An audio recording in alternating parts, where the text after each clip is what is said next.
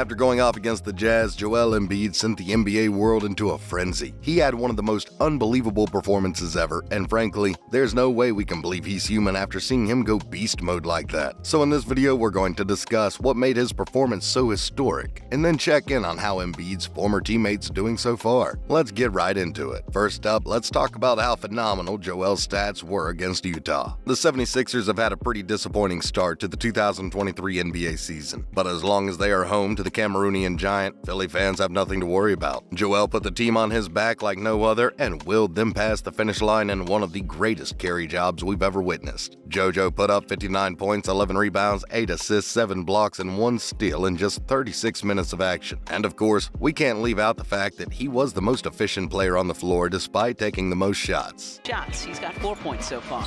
Embiid fading, swishing, 26 for Embiid. Embiid went 19 for 28 from the field, which is good for 67.9%, and he converted on 83.4% of the 24 shots he took from the charity stripe. Posting 59 points is a massive feat, but doing that with amazing efficiency is incredible. Usually when dudes go off for 50 or more, they don't do much else besides score, or they might get a good amount of assists or rebounds, depending on their position. But Embiid's different, as he stuffed the stat sheet like he was prime Wilt Chamberlain. Not only did he score many points, but he was dishing dimes, grabbing boards, and blocking almost everything. Thanks to one of the complete performances in NBA history, JoJo brought his team to a record of 7-7, and Philly now sits at 7th in the East. Next up, let's look at what makes Embiid's performance so historic. With his legendary 59-point outburst, Embiid became the only player in league history to record at least 50 points, 10 rebounds, 5 assists, and 5 blocks. That right there is what we call dominance. He couldn't get it to him.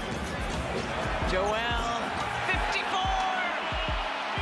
Plus, he's the first player with 55 or more points and at least 5 blocks since the NBA started recording blocks back in 1973. If you think that's it, think again. The Cameroonian superstar's outing was also the first time someone had as many points, rebounds, and assists since Wilt Stilt's crazy performance back in January 1964. Also, we can't forget that the 5-time All-Star had erupted for 42 points, 10 rebounds, and 6 assists a night before the game against the Jazz when Philly defeated the Hawks. I wanted to share the love. That's all.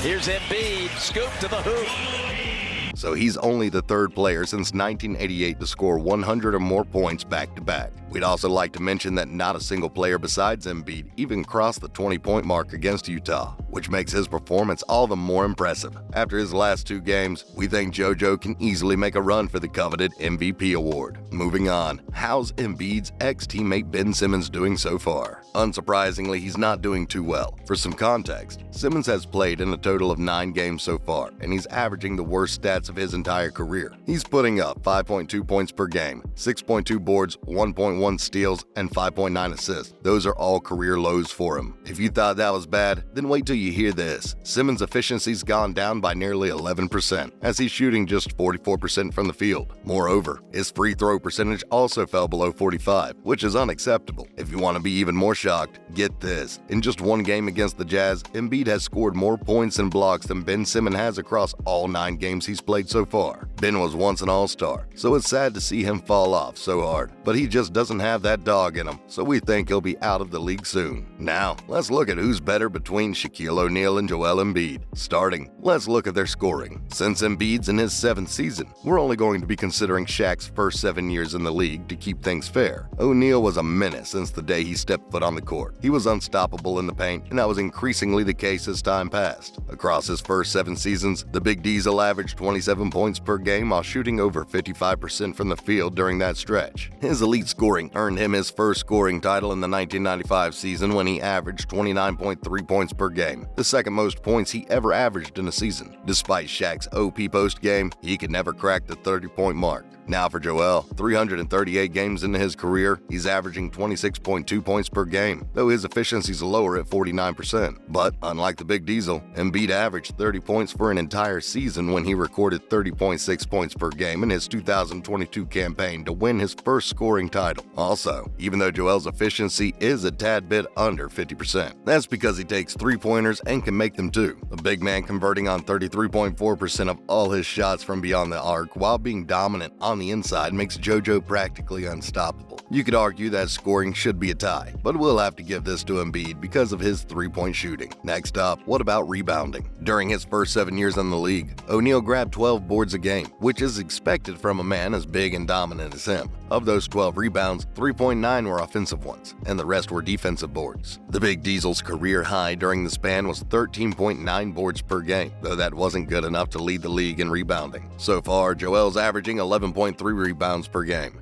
No. Embiid on the follow. And they're doing a great job against the zone. And out of these, only 2.3 are offensive rebounds. The most rebounds Embiid averaged during one full season's 13.6 back in the 2019 season, which, much like Shaq's rookie season, wasn't enough to be the highest average in the league. Their rebounding seems pretty even, but given O'Neal's slightly higher average and the fact that he grabbed more offensive boards in his first 7 years in the NBA, we'll have to give him the advantage here. Following that, let's talk about their athleticism. Before Shaq gained some weight, he was one of the most athletic players in the NBA. Here's a long pass. Slam dunk. Standing ovation.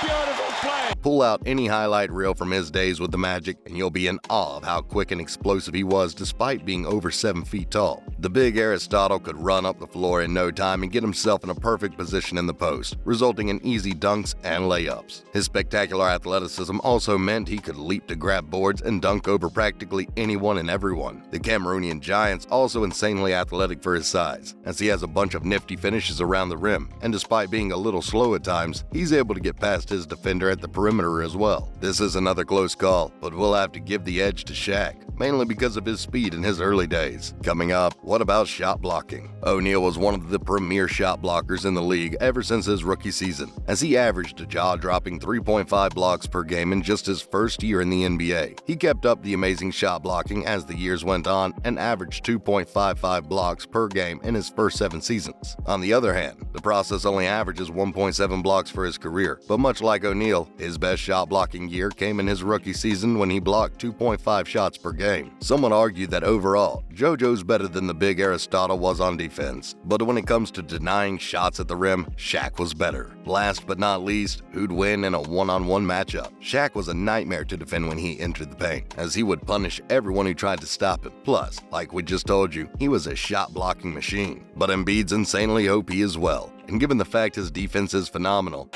a power forward coming with both hands on the ball, we think he could slow down Shaq and block his shots pretty easily too. Unlike O'Neal, Embiid's a 3-level scorer, giving Joel a massive advantage, especially because Shaq never had to defend anyone on the perimeter. It's tough to say who'd win for sure, but we'll have to give the nod to JoJo because of his varied offensive skill set. That gives us a score of 3-2 in favor of the big Aristotle. That's a wrap for this video. How amazed were you by Embiid's heroics? Let us know in the comments below. Remember to give this video a big thumbs up and subscribe to our channel for more videos like this. See you in the next one.